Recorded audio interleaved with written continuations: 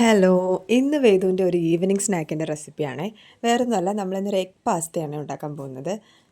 ആദ്യം തന്നെ നമ്മൾ കുറച്ച് പാസ്തയിൽ അല്പം വെള്ളം ഒഴിച്ച് ഉപ്പും ഒട്ടിപ്പിടിക്കാണ്ടിരിക്കാനായിട്ട് കുറച്ച് എണ്ണയും കൂടെ ഒഴിച്ച് വേവിക്കാൻ വെക്കുന്നുണ്ട് കേട്ടോ. ലോ ഫ്ലെയിമിൽ വെച്ചാൽ മതി. ഹൈ ഫ്ലെയിം ആയി പോയിട്ടുണ്ടെങ്കിൽ അടുക്കി പിടിക്കാനായിട്ടുള്ള ചാൻസ് ഉണ്ട്. അപ്പോൾ അത് അവിടെ ഇരുന്ന് വേവുന്ന സമയത്ത് നമ്മൾ കുറച്ച് സവാളയും വെളുത്തുള്ളിയും കൂടെ അരിഞ്ഞ് വെച്ചിട്ടുണ്ട് കേട്ടോ. കുറച്ച് നേരം തിളപ്പിച്ച് കഴിയുമ്പോൾ തന്നെ നമ്മൾ പാസ്ത നന്നായിട്ട് വെന്ത് കിട്ടും കേട്ടോ. അതാ ഇങ്ങനെ വീർത്ത് വന്നിട്ടുണ്ടാവും. അപ്പോൾ നമുക്ക് മനസ്സിലാക്കാം നല്ലതായിട്ട് വെന്തിട്ടുണ്ടെന്ന്.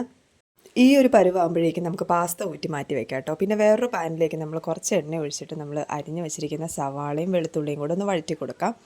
അതൊന്ന് വഴണ്ട് വന്നു കഴിയുമ്പോഴത്തേക്കും നമ്മൾ ഒരു മുട്ടയും കുറച്ച് മുളക് പൊടിയും കുറച്ച് ഉപ്പും പിന്നെ കുറച്ച് മസാലപ്പൊടിയും കൂടെ ചേർക്കുന്നുണ്ട് കേട്ടോ. കൂടെ തന്നെ കുറച്ച് ടൊമാറ്റോ സോസും കൂടെ ചേർത്ത് നന്നായിട്ട് മസാല ഇളക്കി വിടുന്നുണ്ട്.